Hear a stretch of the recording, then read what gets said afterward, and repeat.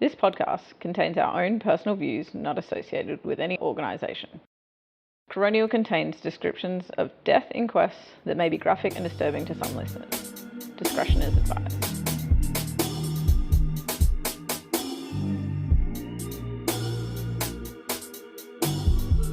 All right, welcome back everybody to Coronial. Hello. I'm Georgie. I'm Alice. I'm Emma. This week I'm going to tell you about the death of Larry Paul Knight. And he died on Anzac Day 2006 while working in the Beaconsfield gold mine. Yes. I think I remember this. And from now on I'm going to call the Beaconsfield gold mine BGM because it'll just save me saying it. So Beaconsfield is in Tasmania. It's a small township located approximately 40 kilometres north of Launceston. For those of you who are unfamiliar with the geography, basically, therefore, it's almost near the northern coast of Tasmania, the flatter top side, in about like essentially the centre of Tasmania. Yeah. So gold was first discovered in the town and mined around that area from 1877, so quite a while ago. But by 1914, the operation of the mine had become abandoned. Okay. And this mining area was hosted by a geological structure known as the Tasmania Reef. Reef here is the geological structure, which I will outline a little bit later when I talk about the rocks that made it up, but it's a rock structure. It's not an underwater structure. Oh, okay. Okay, so I assume when we talk about Great Barrier Reef, that's the rock structure under the ocean, but that's the main structure that the mine is established around. Yeah, right. Yeah, I'm going to give a warning here of anyone who's actually interested in this and geology and engineering around mines. Very much, you may want to read this yourself. There's a lot I did not understand. Fair enough. I really struggled with this one. Normally, I really quite enjoy learning the extra stuff. Certainly, I've learnt a lot about 5-point harnesses and those kinds of things. This one, no. Not even in the slightest. Anyway, at the point that it was abandoned in 1914, it extended to a depth of 454 metres.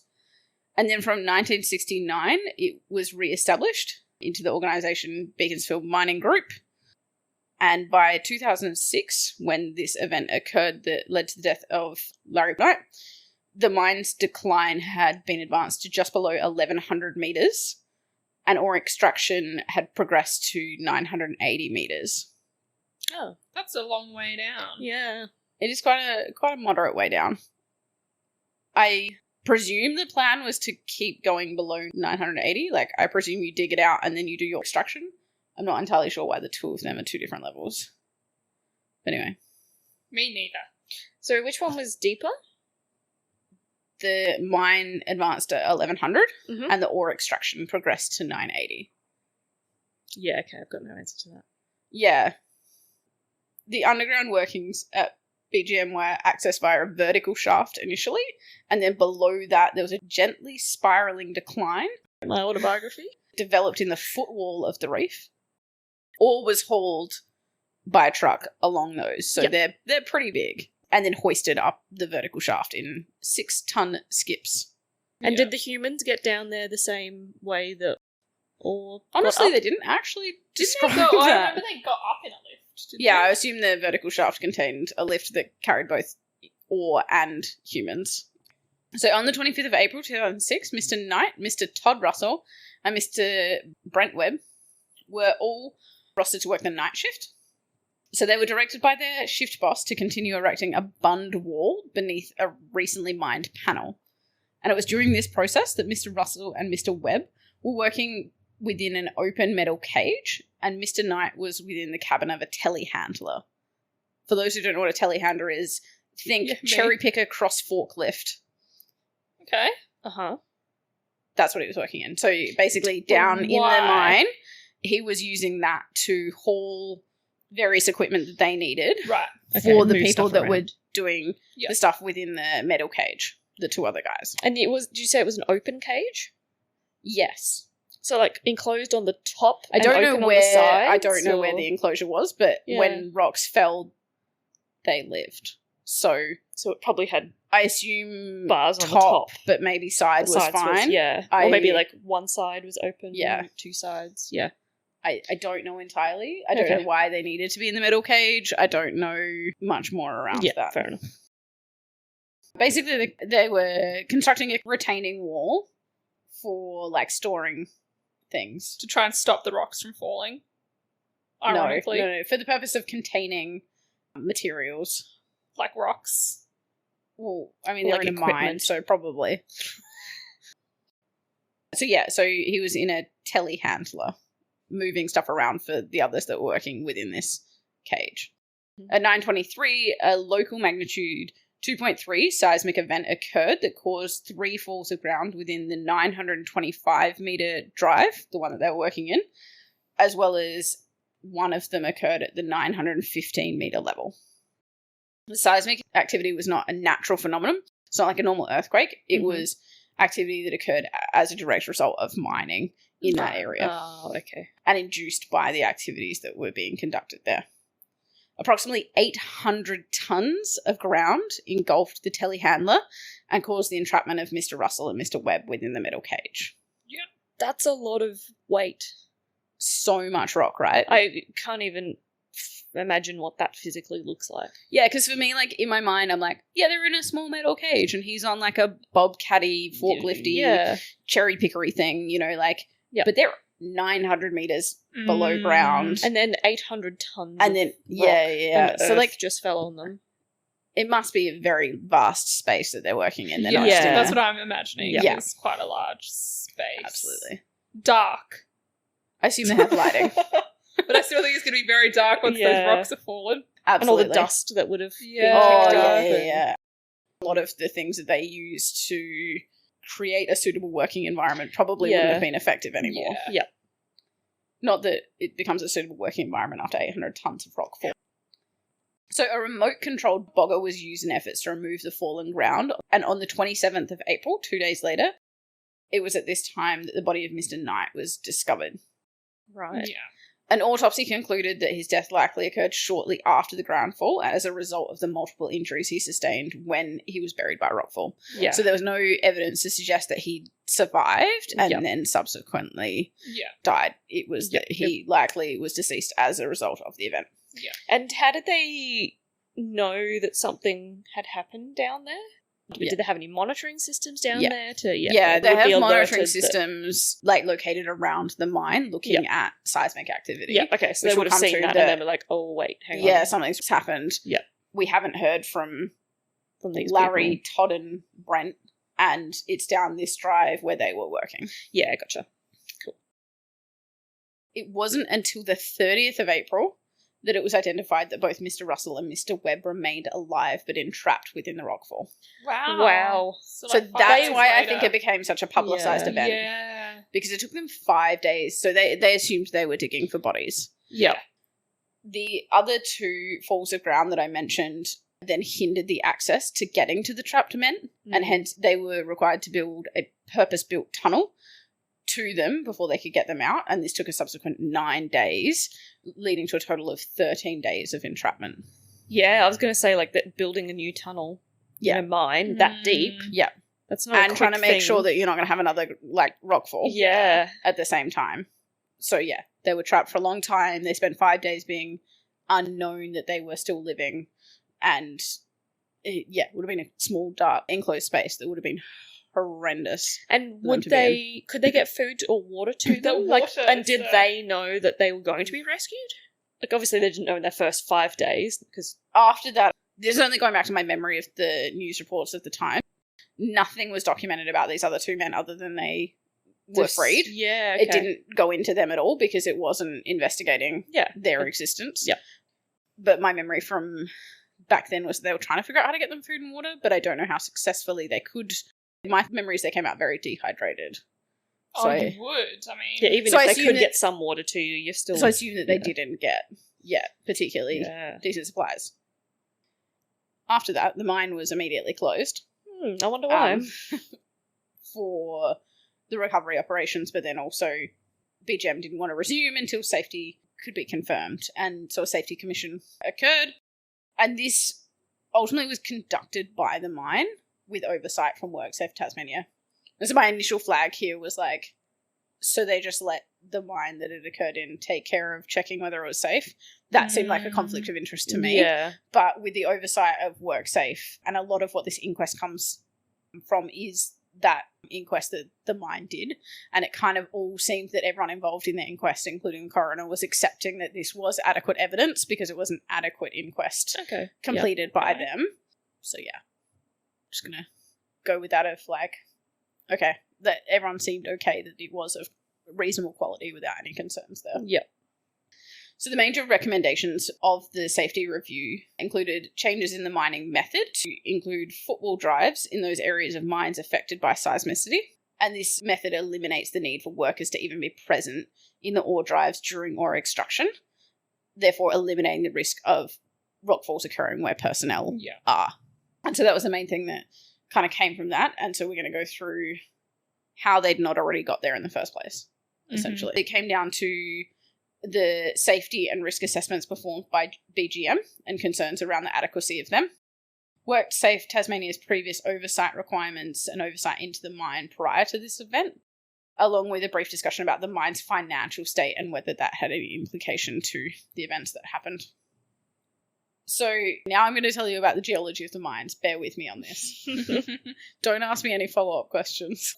The dominant rocks are medium-grain quartz pebble, interbedded with fine to medium-grain quartz sandstone, whereas the reef itself, which I mentioned is the one that's not The below one that's the ocean, supporting but in the- fact, what the whole mine is established around, Yeah.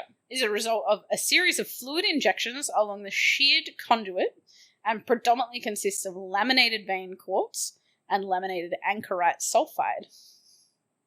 None of those words meant anything to me. I was like, oh yeah, quartz, they're those rocks that we looked at in school, right? Oh, kids. Yeah. A laminated vein quartz, so I assume it's just like a strip of rock that is different going through these other fine to medium grains. And That it would sounds make like sense. the reef is a stronger form of substance. That makes sense. Maybe? I To have no an idea. extent. Feel free for Don't know if it's geologists to. correct. Yeah. They weren't even like particularly helpful diagrams either, I have to say. That's I was annoying. like, Anyway, so the host rocks have been subjected to intense faulting and folding that has resulted in the bedding now dipping approximately 50 to 70 degrees to the northeast. And there is a distinctive, moderately inclined fold that occurs between the 965 and 1100 metre level below surface. Okay. Yeah. I'm like, okay, I don't know what that means.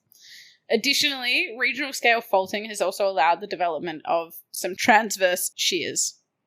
So I think just some jutting out bits below the surface.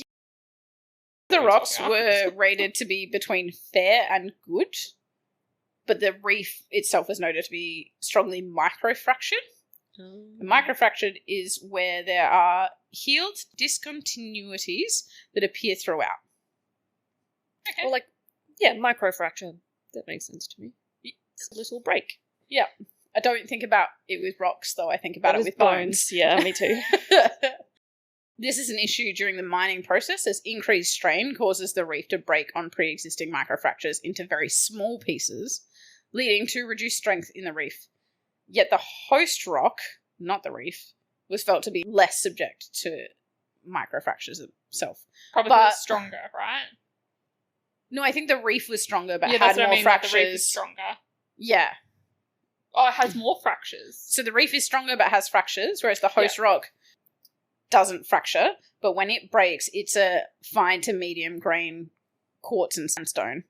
No idea what's going on, but okay. Yeah. Pebble and sandstone, so I think it's not as strong. It doesn't have as many microfractures, but when it breaks, it's going to break off into gonna tiny really little break. bits. Yeah. It's not going to break off into like one full sheeting of one really big structure. Yeah, and like the microfractures wouldn't be a problem unless something happened, like you dug into it, or there was an earthquake, or There's lots of like if it's seismic activity around. undisturbed, it would probably be fine. Because it's being held in place by the other weaker everything else. structure, but still fine. Yeah. The issue is then when you try and disturb it. like build a mine around it. Yes, exactly. Yep. The rockfall on the day of Mr. Knight's death was interpreted to have been generated by a slip on an unmined section of the shear in the hanging wall of the workings, which effectively unclamped the structure, allowing it to slip. Yeah. The support system was unable to resist the additional forces arriving from the seismic wave and failed because of insufficient anchorage capacity or incompatibility between the various support system components. So they had utilised a number of different engineering techniques to hold everything in place, and they suspect that that was not adequate. Mm-hmm. Right. Like the little tiny screws that were in the the Gold Coast one? Yeah. Yeah. They were meant to be 12 and they went for 6 or something. Yeah, something like that. Yeah. Yeah, something like that. There is a reasonable diagram in terms of explaining how they were making the tunnels for this. Oh, yeah. And it's a compressive arch, which I'll come to later. But yeah, like there absolutely was a good diagram of exactly how that should have worked. Yep. Anyway, as the mine became deeper, it was necessary to manage the effects of the increased stress and induce seismicity on the mine. Should I explain what seismicity was? No, but I like the word. Me too. It's really nice. Is it just to do with seismic activity? I think, yeah.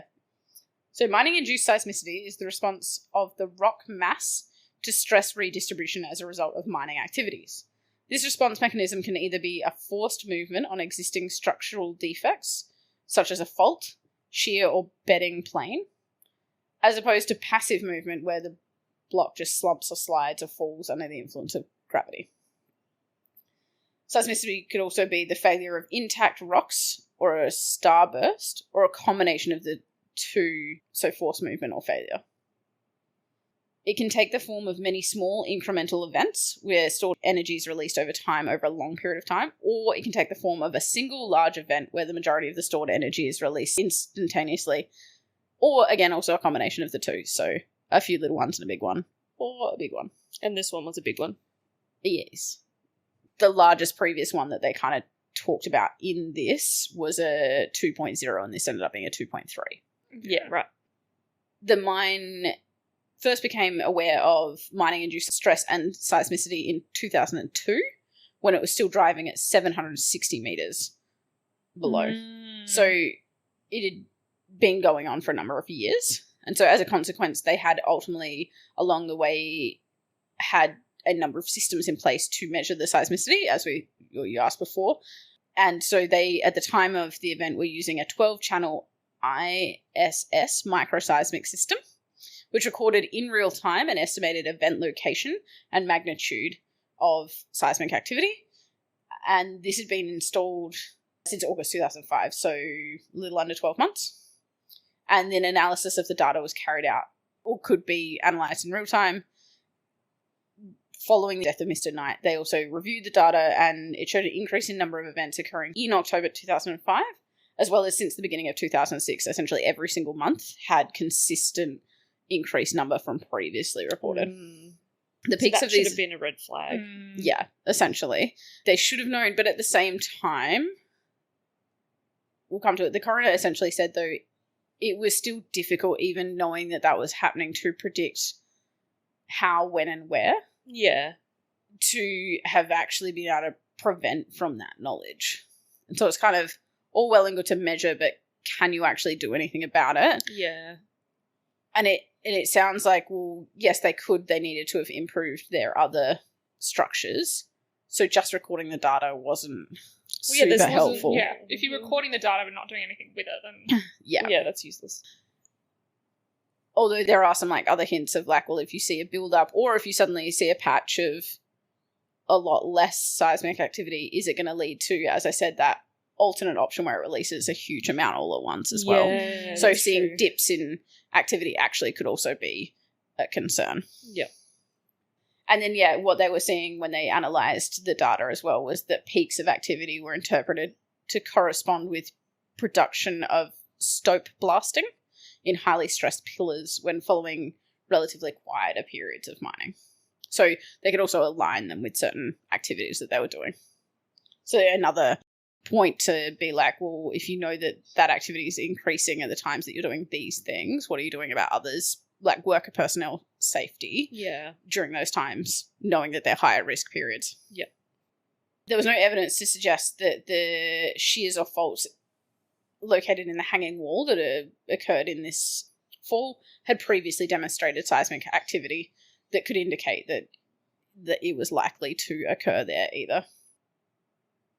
Despite whether the specific event was predictable by their seismic activity monitors, the coroner remained concerned about whether BGM was managing its mine in a manner which could adequately allow the real likelihood that on any day there could be a seismic event potentially larger in magnitude, as large as 2.5. And so critical to this issue was the suitability and sufficiency of the ground support system and BGM's risk management. Now, I don't understand mining. We've talked about that. But I think when they're discussing ground support system, they actually mean the rock of the roofing space of the mine. Because they're supporting the ground above them to not fall on them. So when I say ground support system, it's actually the ground that's above you. Yeah. Yeah, no, like the ground, like our ground. Yes. Yeah. Yeah, the ground that we are currently on, that the miners are very far below. Yeah, I understand that. Cool. No, it took me a really long time to wrap my head around it. I was like, why do they keep talking about the ground? That wasn't falling anywhere. They're underground now. Yes. Yeah. Why don't they just call it a rock support system then? That would just be so much easier. Because the whole thing is made of rock. I know. It's a bit like... Because in the rock, that could be the ground. The bit they're standing on. It's the bit that's above them. Yes. I don't know. I feel like with the whole of this thing, I'm like, why can't you make this simpler? Okay, so critical to the issue was the ground support system. A rockfall event also occurred in 2005 in October, so 6 months prior to this, that involved 350-ton fall of ground that occurred at the 925 and 915 metre levels. So again, at these same levels that this occurred. Yep. The second fall at the 915 metre level caused BGM to cease mining until safety was established again. Previously, during the mine's operation, the use of a modified evoker method was used to manage the depths that the mine went to. This is just a mining method. I'm not going to go into detail. Cool. Following the October rockfall event, a change to an alternative extraction method named the checkerboard method occurred. A checkerboard method is just an incremental method felt to reduce the risk of groundfall by alleviating higher levels of stress in the top sills of storing blocks and reducing the occurrence of large seismic events on the Tasmanian Shear. Interestingly, an engineering consultant was hired by BGM and reported his concerns around the evoker method from early 2005, so prior to the October event, and about the risks of seismic activity, but this wasn't acted upon until after that October groundfall event. Yeah. In the report reviewed in the inquest, it was found that the ground support system was insufficient to provide anchorage capacity for the system and surface retention connections. So, like, the roof wasn't strong enough to keep the ground up. Essentially, yeah. And that there was conflicting opinions from expert consultants about what type of ground support to use and whether the one that they were using was sufficient. Hence, the coroner came to the conclusion that the suitability of the ground support system should have at least been questioned by BGM following this October event, 6 months prior to Mr. Knight's death, and alternative support should have been considered. However, the inquest revealed that one of the consultants that they'd hired, in fact, had self-audited his own ground support structure system and concluded it was sufficient. Obviously. Self-auditing. Yeah. Brilliant. Additionally, the coroner had concluded that the rockfall in October was itself an indication that the ground support system was in fact inadequate. Yeah. So BGM essentially should have known that their ground support system was inadequate due to it failing. Yeah, there was evidence that it wasn't up to scratch. And therefore that they should have considered alternative options. So following that rockfall in October, BGM did in fact make a plan to review to ensure the mine's safety. And this included things by the level-by-level audit, which we've talked about, along with reviews of whether the supports were sufficient, including for the seismicity being experienced in the mine, changes in production schedule to allow all of this activity to the mine and improving, so making sure that those changes did occur, that they weren't stopped by, we need to meet production requirements. Yeah. They also wanted a PR plan and senior management to be on board. And so with that, they did get advice from several independent consultants during that time, including the independent consultant being the one that they'd already previously hired to advise them on the ground supports that continued to advise them on the ground supports. Right, so you didn't listen to the first time. He came in and said these are all chill, and then they hired him back. Oh, I see. And he went, yeah, they're still all chill. Yeah. Right. Didn't want to get a second opinion. Well, they From a did. They did also get second opinions that were conflicting. And But so, they yeah, went when with the chill guys view. Yeah. Because they They didn't do essentially anything. Yeah. They essentially went, well, he ordered them, and they're fine. Yeah. Yeah, and so the coroner was like, you did all the right steps. You tried to get all of these reviews and all that kind of stuff, but you still kind of didn't meet the end goal of creating safer ground structure support systems. So as I mentioned, they therefore decided to change the production schedule after October to this checkerboard sequencing thing. But there was conflicting evidence presented at the inquest about who suggested it, who approved it, and how it actually ended up going into that change. Oh. And so the coroner felt that this also provided evidence that they should have had a more systematic and rigorous assessment applied, and that, October was the opportunity to have done so, and even then they kind of didn't hit the mark in terms of that. Mm. Also going along with the fact that there were several parties involved that all kind of not put the blame on others, but suggested that it was someone else's doing. Yeah, it wasn't me, it was... But there was no obvious, someone specifically opposing that change.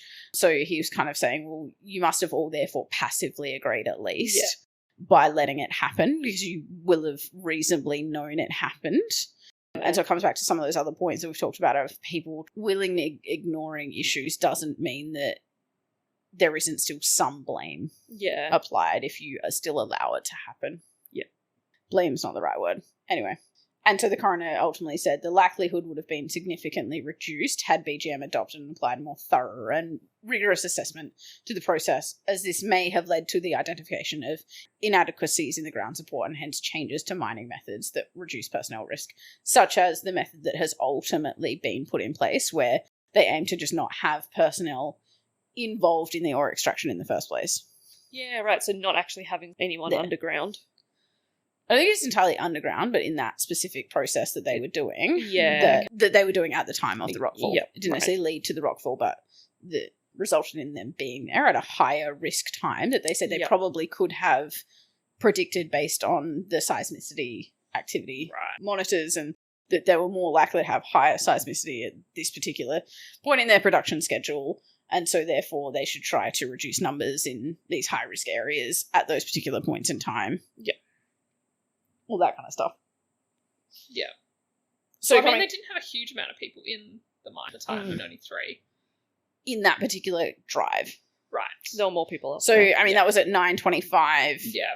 for that one shift in that one drive, doing that one job. Yeah. Doesn't mention how many other people were where. Yeah. Yep. I assume mines that go to 900 metres below surface level have more than 3 people in them. At 9:25 at night, I'm not sure. Yeah, True. I don't know what their overnight production's like. Mm. No But the idea. fact that they had people there overnight meant it's 24-hour. So they were behind schedule. I mean, we can skip to that if you want, but basically the final question which arose in the inquest was whether the financial state of BGM impacted on Mr. Knight's death. So the Allstate Group was the organisation that held a majority interest in the mine, and they'd been in administration since 2001, and this happened in April 2006. And so there was a concern that their indebtedness and the fact of their administration could have impacted on the decision-making of the organisation to detriment of the workers' safety, along with whether there had been any kind of commercial concern for their unsecured creditor, Macquarie Bank, to influence the decision-making as well. Always about the money, isn't it? Always. Yep.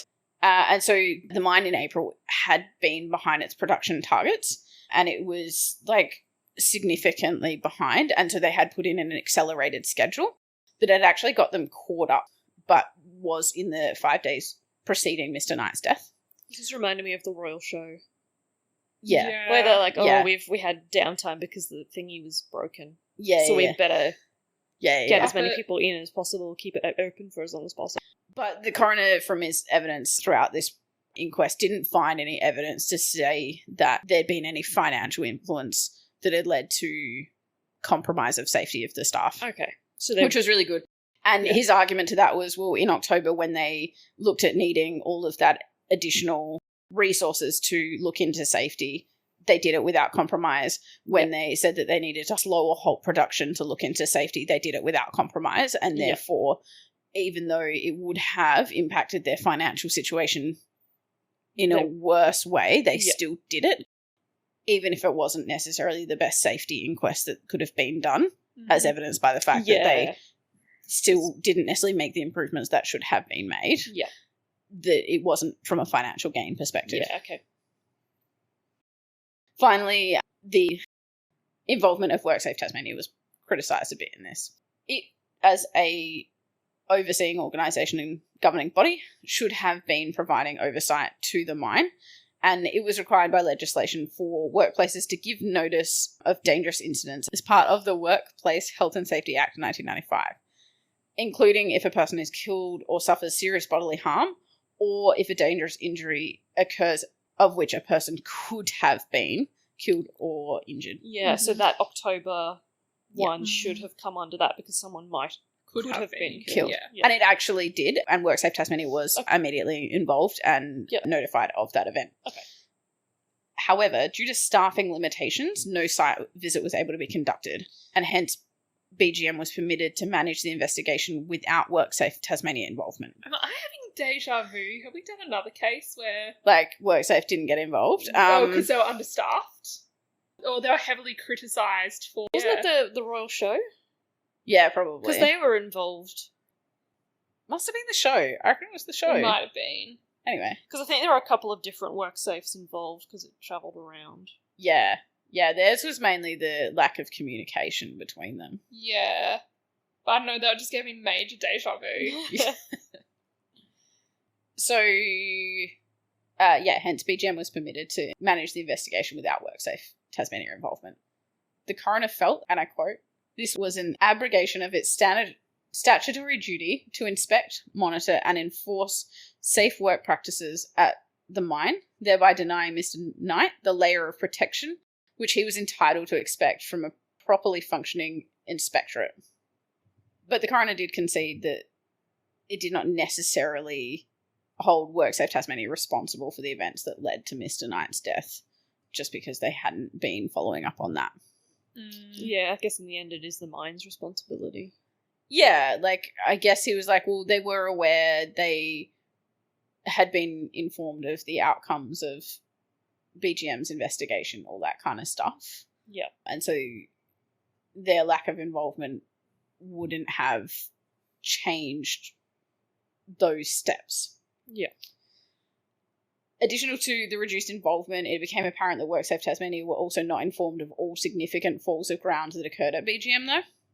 However, the wording of the legislation is a little bit vague in terms of person could have been, might have been involved, suffered bodily injury or dangerous incident, etc. So, but like that could happen, someone slips over. Exactly. The might-haves are a little bit and so trickier to BGM define. couldn't be held like negligent for not meeting this legislative requirement from their lack of notification from those kinds of things, given that they did report significant major events. Yeah. The coroner did therefore comment and recommend a change in legislation here to ensure that WorkSafe Tasmania is notified of all unplanned or unexpected falls of ground, except by occurring in a location where no personnel would ever be expected to be. Mm-hmm. Yeah. Essentially, therefore, just making that quite clear around. You must tell them about every single fall of ground. Yeah. Unless you're never expecting that anyone would ever be involved. Yeah, if it's possible that a human could have been there at the time, tell them. At the time of the inquest, the coroner noted that a notification between the mine and WorkSafe Tasmania had been trialled, a new system, and it was working successfully such that plans were being made to extend the program to other mines within the state for their rockfall events. So clearly with that concern, it had been identified already since the Mr. Knight's death, and it had already been essentially managed from that perspective. Yeah, they were improving the way they were doing it. Yeah. In terms of WorkSafe Tasmania's inability to provide adequate supervision, government funds had subsequently been provided to increase inspector numbers for mines from 2 to 5 inspectors. However, as it turns out, it was not a very popular job. And 3 years after Mr. Knight's death, at the time of the inquest being written, WorkSafe Tasmania had only ever achieved to get a maximum of 4 inspectors. And I mean that by, like, it's not even like in that 3 years they'd maintained the same 4 inspectors. Yeah, there was one point where they had 4, but they it had wasn't 4 all at the of them. same time. Yeah. And it wasn't the same 4 now that had initially been hired or anything like that. So it's a high turnover job, and so not many people are interested in those job advertisements when they go out. And even then, the annual income had been significantly increased. Oh, sweeten the pie? Yeah, to obtain a suitable individual for the role, and even then they'd struggled. Oh, wow. Okay. And so, yeah, the coroner questioned the sustainability of making it up to 5. Yeah. So, therefore, other things needed to be considered. And then the coroner therefore recommended yearly audits of the performance of the newly commissioned Office of the Chief Inspector of Mines, which involved this WorkSafe Tasmania and its inspectors, to ensure that it continued to meet its statutory functions, given it was having trouble with meeting its inspector requirements. Well, can we just at least make sure it's doing what it's meant to be doing, even if you can't get to the number of people that you need? And finally, the coroner recommended a reform to the occupational health and safety needs of the mining industry to reduce events like this happening in the future. And it sounds like around this time, I didn't do much extra research, but that it had been called for a while. And this was the coroner just adding more fuel to the fire of we really need to finally look into getting some proper legislation around mines, not just it falling under the Workplace Health and Safety Act of 1995. And so coming back to WorkSafe Tasmania not necessarily being notified of all of the rockfall events, it also turned out that BGM, their own internal incident report wasn't overly consistent either. And so when the WorkSafe Tasmania inspector was provided with the list of rockfalls that had happened at the mine, he denied being informed of many of the fall events and stated that that number presented to him would be concerning. But again, conceded that he wasn't actually going to be able to help, even if he had been told about them anyway. Yeah, right. So, pros and cons. But ultimately, the system used for rockfall event reporting at BGM had been in place since early 2004. But, as I said, wasn't consistently capturing events, including a fall that occurred just 3 days prior to Mr. Knight's death, despite meeting the guidelines for that reporting system. Yeah. And hence no formal inspection of the area was completed as should have been done by their incident reporting systems, etc. And so again, just like further harbouring on that safety risk management that BGM just was struggling to hit the mark on. Yeah. That really needed reform. But unfortunately, again, the coroner was unable to find that this specifically factored into Mr. Knight's death. Yeah. And so this, for me, this case was, sure, WorkSafe Tasmania needed to do a few things, our legislation needed to do a few things, but that ultimately their safety risk profile was really underdone, but nothing directly linking to Mr. Knight's death. And so it's sad, again, that something like that has to happen for it to finally get called out. Yeah. And that even when getting called out, again, not that they should specifically get the blame, but that I feel like they've skated on thin ice and managed to like get away with it. Yep. That's probably going to backfire on me making that statement. But do you get what I mean? Of like, I wish it had been an alternative thing that made them really have to be like, okay, we've got to make some changes now. Yeah, rather than ending up the way that it did. Than a coronial inquest. Yeah. If it had been identified by WorkSafe Tasmania and they'd said, we're going to fine you if you don't get your act together, or have you thought that this risk management profile that you're utilising is inadequate? Should we consider alternatives? But it sounds like the mine still had best of intentions, It sounded like they were still trying to implement steps that had planned to make things better, that had planned to keep people safe. And so it's also just a little bit sad that it wasn't identified that it probably wasn't the best way of managing things. Yeah. So, yeah, not that many recommendations, not much else to say about this one. No, it was an interesting one. It was quite complex. So I just really wanted to read this because I was interested, because it's something from my childhood that I was like, oh, I remember that time that it was all over the news that these guys were trapped underground. And so I just wanted to know when they came out. Like, I just, that fusion. The footage of that. The footage is in my mind. Yeah. Like, I can remember it. But it just sounds like, again, it was just another Swiss cheese of, like, a few things happened, people thought they were managing it correctly. But they weren't. And it just, it just wasn't quite enough. Yeah. So, yeah. Interesting. Very interesting. It's always nice when you can sort of put background to a memory. Yeah. Of something. Because, you know, I wasn't old enough to fully understand the complexity. I mean, I'm not old enough to fully understand the complexities now. Or just not smart enough. And that's not on you, that's on me. No, that's totally on me as well. I was like, this is not... Yeah, this one was hard, but interesting. So, all right. Well, I'm going to wrap up and we will see you again next time. Week. All right. Bye. Bye.